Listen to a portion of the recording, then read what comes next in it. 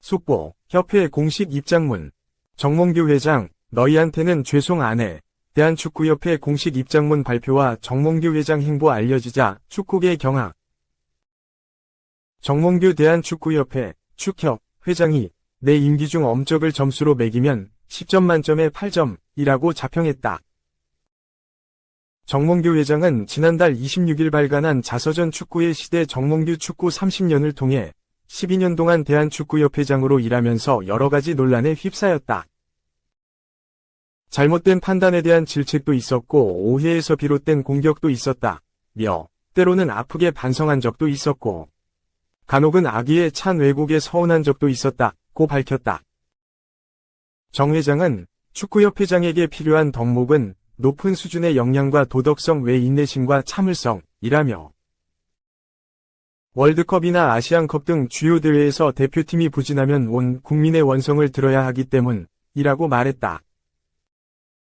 아울러 어느 종목도 국가대표팀 성적이 나쁘다고 회장 퇴진을 요구하지는 않는다며 이럴 때마다 축구협회장이나 국가대표팀 감독은 국민 욕바지가 아닌가 하는 생각이 든다고 전했다. 정 회장은 지난해 3월 축구협회가 승부조작 축구인에 대한 사면을 발표했다가 사흘 만에 번복한 사면 파동에 대해서도 언급했다.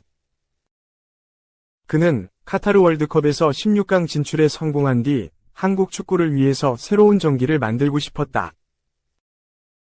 과거의 잘못으로 징계받았던 축구인들 가운데 충분히 벌을 받은 이들에게 한국 축구의 미래를 위해 동참하고 봉사할 기회를 주면 좋겠다는 의견들이 있었다고 했다. 이어 협회의 사면 결정에 대해서 팬들과 언론이 강하게 반대했다. 반대의 강도는 상상하기 힘들 정도로 셌다며 그렇지만 용서하지 못하는 자는 사랑도 못한다고 강조했다. 정 회장은 요즘은 아이돌도 학창시절의 학원 폭력 논란으로 퇴출되는 세상이다 라며 나는 승부조작 사태를 직접 겪었기에 이때의 구체적 정황을 자세히 알고 있는 사람 가운데 한 명이라고 할 수 있다. 외부에 알려지지 않았던 내막도 알 만큼 알고 있다. 이런 사건의 성격상 완전한 적발과 척결은 있기 힘들다고 주장했다. 그러면서 승부조작을 한 선수들을 축구계에서 단절시키는 것만으로 어른들의 책임을 다했다고 하는 것은 위선적 측면이 있었다며 결과적으로 사면심사위원회의 판단과 일반 팬들의 눈높이에 큰 차이가 있었다. 사면을 고민했던 진위를 제대로 전달하지 못한 아쉬움이 있다고 했다. 또 누군가 내 임기 도중 일어났던 업적에 대해 점수를 매겨보라고 한다면 10점 만점에 8점 정도는 된다고 대답하고 싶다며 나는 점수에 상당히 박한 편이라 내가 8점이라고 하면 상당히 높은 점수라고 평가했다. 2. 축구인 모두가 개탄. 정몽규 회장 나가라. 한국 축구 지도자여. 홍명보 선임 관련 입장문 발표. 길고 길었던 대한민국 감독 사과는 홍명보 감독 선임으로 종결됐다. 대한축구협회는 7일 축구 국가대표팀 차기 감독의 홍명보 감독 울산 HD 내정됐다고 밝혔고 8일 이임생 기술본부 총괄이사가 브리핑을 했으며 감독 선임을 공식 발표했다. 외국인 감독 선임을 기조로 내세우며 수많은 인물들이 하마평에 올랐는데 돌고 돌아 홍명보 감독이었다. 2014년 이후 10년 만에 복귀다. 광주FC 전을 끝으로 울산을 떠났다. 울산은 11일 구단 보도자료를 통해 울산이 홍명보 감독과 상호계약을 해지하고 이경수 수석 코치를 감독 대행으로 선임했다고 공식 발표했다. 홍명보 감독은 2020년 울산에 왔고 준우승팀 이미지를 깨고 K리그 1위 연속 우승을 하면서 구단의 역사를 바꿨다. 내년부터 새로 개편, 확대된 국제축구연맹, 위 클럽 월드컵 출전권까지 획득하기도 했다. 울산은 시즌 도중에 수장을 잃게 됐다. 다시 한번 K리그 무시 논란이 나왔고 K리그 축구 팬들은 무시를 받고 있다는 이야기가 자연스레 연결되어 나왔다. 새 감독이 홍명보인 걸 떠나 절차를 무시하고 5개월 동안 노력한 전력강화위원회에 대한 존중이 전혀 없다는 비판이 쏟아졌다. 이해할 수 없는 인터뷰와 답변으로 비판 여론을 오히려 악화했고 정당성을 얻지 못했다. 심지어 언제 부임을 할지 알 수 없었다. 홍명보는 울산 감독인데 대한민국 대표팀 감독인 대한민국 대표팀 사령탑인데 울산 사령탑인 아이러니한 상황에 놓였다. 광주 FC전 이후에도 상황을 알 수 없었는데 울산이 상황을 정리했다. 이제 홍명보 뒤엔 울산 감독이 아닌 대한민국 대표팀 감독이 붙게 됐다. 이 상황 속에서 한국축구지도자협회는 비판 의사를 냈다. 대한축구협회는 7월 8일 울산 HD 홍명보 감독을 신임 국가대표 감독으로 발표하였다. 우리는 축구협회의 발표가 지난 5개월간의 무능과 반복되던 시행착오를 종결짓는 매듭이 될 것으로 기대하였다. 그러나 이는 더 심한 혼돈과 또 다른 기만의 서막이 되고 말았다. 고하며 입장문을 시작했다. 빈원 축구협회 기술위원장이 정몽규 회장은 저에게 모든 기술 파트에 대한 권한과 책임을 주었다. 고하면서 그래서 홍명보 감독으로 정해졌다. 부회장에게만 보고했고 아직 정몽규 회장에게 보고하지 않았다. 고 했다. 무엇인가 숨겨야 할 일이 없다면 모든 권한과 책임을 준 회장에게 과정과 결과를 보고해야 하는 것은 너무도 상식적이다. 빈원 만약 그의 말대로 회장에게 보고도 하지 않고 중차대한 국가대표 감독을 선임하고 기자회견까지 했다면 월권이다. 반면 회장이 전 국민적 관심사가 된 감독 선임 문제를 보고도 받지 않고 기술위원장 혼자 독단적으로 결정하게 했다면 그런 회장은 있으나 만하하여 자격이 없음을 스스로 입증했다. 빈원 4. 한국축구지도자협회는 지난 7월 1일 정몽규 회장에게 드리는 고언이라는 제아의 보도자료를 통해 대한축구협회 시스템을 사유화하거나 농단하지 말라고 한 바 있다. 그러나 정 회장은 이에 아랑곳하지 않고 또다시 대한축구협회 시스템을 무용지물로 만들었다. 그리하여 합리적 결정을 해야 할 국가대표 감독 선임 과정과 결과가 세계적 웃음거리가 되고 말았다. 빈원 즉, 이번 신임 대표팀 감독 선임과 발표 과정은 역대 감독 발표와는 모든 것이 이상하고 비정상적이었다. 그리고 보완이란 이유로 규정과 절차적 시스템을 모두 내팽개쳤다. 축구협회는 스스로 규정과 절차를 어기는 이런 졸속 행정에도 불구하고 그라운드에서 뛰는 선수와 지도자에게는 규정과 규칙을 준수하라며 휘스를 불 수 있는 권위가 있는가? 빈원 정몽규 회장은 2013년 취임한 이후 국가대표 감독 선임 시스템을 지속적으로 변경해왔다. 기술위원회, 국가대표 감독 선임위원회, 전력강화위원회 다시 기술위원회로 바꾼 것이다. 이는 정몽규 회장이 얼마나 비정상적으로 협회를 운영하는지를 보여주는 대표적 사례이다. 빈원 이런 행태는 이번에도 어김없이 반복되었다. 그간 대표팀 감독 선임 업무를 관장해온 전력강화위원 11명 중 절반 이상이 빠져 5명만 남았다.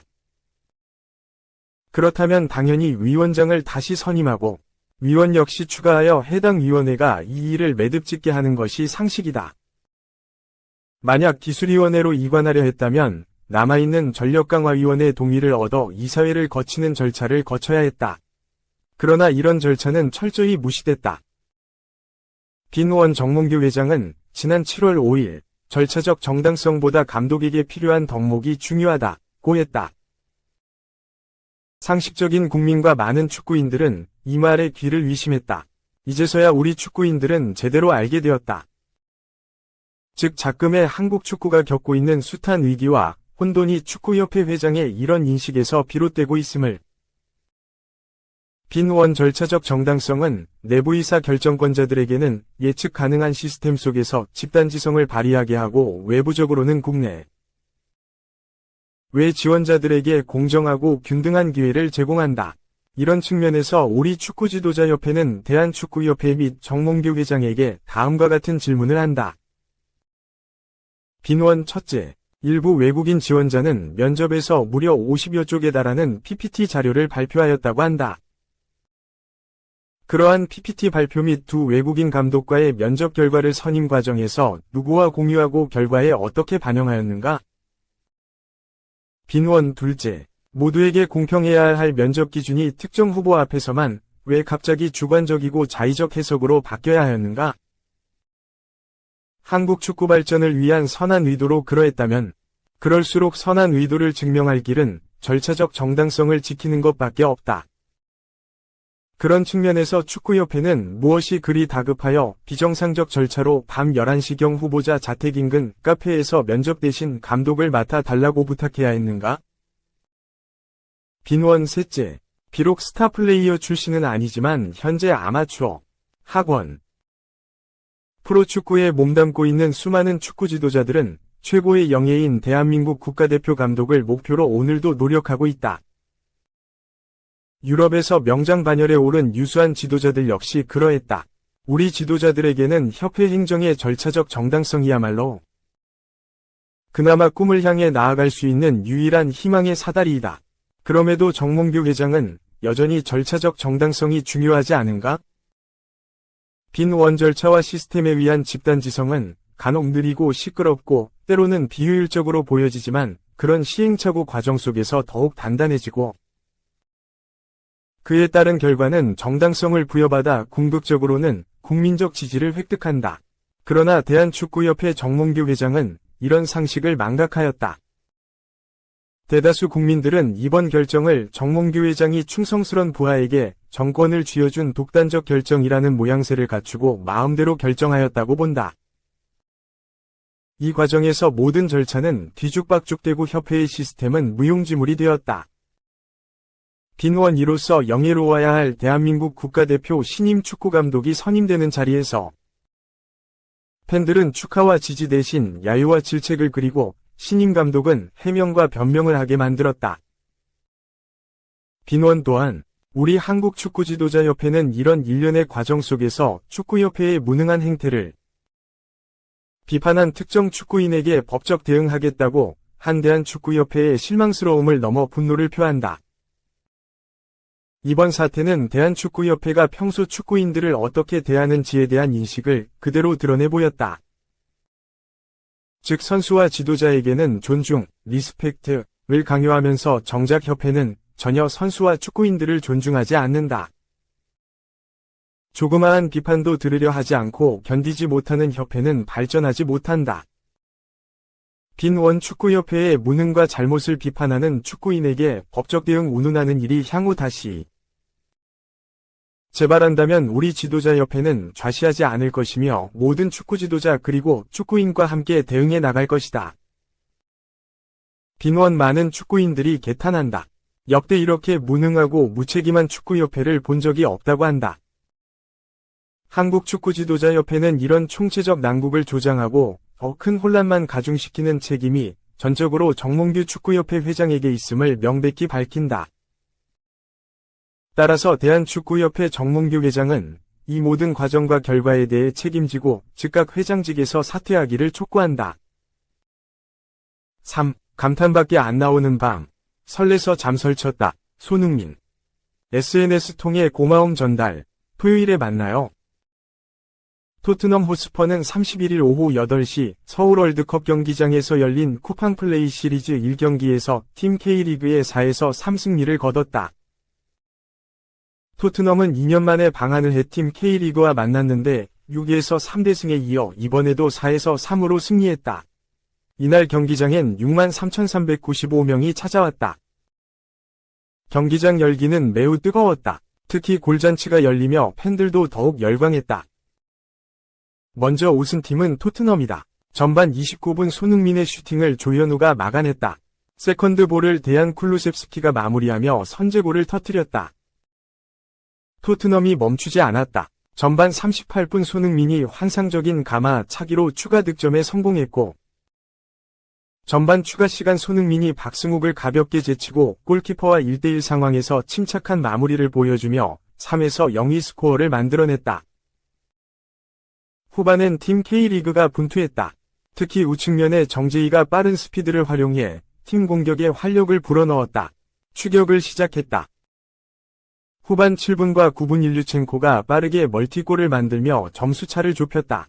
하지만 토트넘은 윌 랭크셔가 승부의 쐐기를 박으며 분위기를 내주지 않았다. 팀 K리그는 후반 36분 오베르단의 환상적인 발리 슈팅이 나오며 한 골을 추가했다. 결국 경기는 토트넘이 4-3으로 승리하며 종료됐다.